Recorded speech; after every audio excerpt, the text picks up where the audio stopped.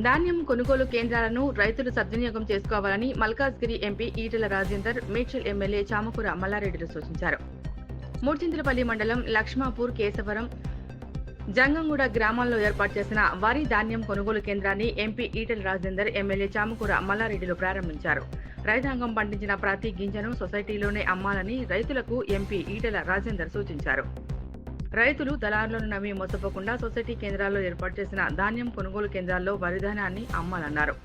ఈ కార్యక్రమంలో Medchal market committee chairperson Narasimhulu Yadav, DCYMS chairman Shamirpet, society chairman Madhukar Reddy, Shamirpet society vice chairman Ailaiah Yadav పాల్గొన్నారు.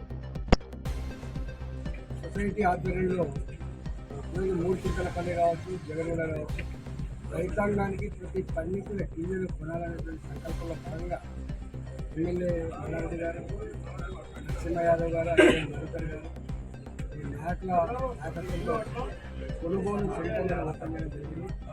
రైతాంగానికి విలంబింగా చేసే విజ్ఞప్తి ఏంటంటే లోకల్ల దగ్గరికి పోకుండా తప్పకుండా సొసైటీ సెంటర్లోనే వడ్లు అమ్ముకోవాలని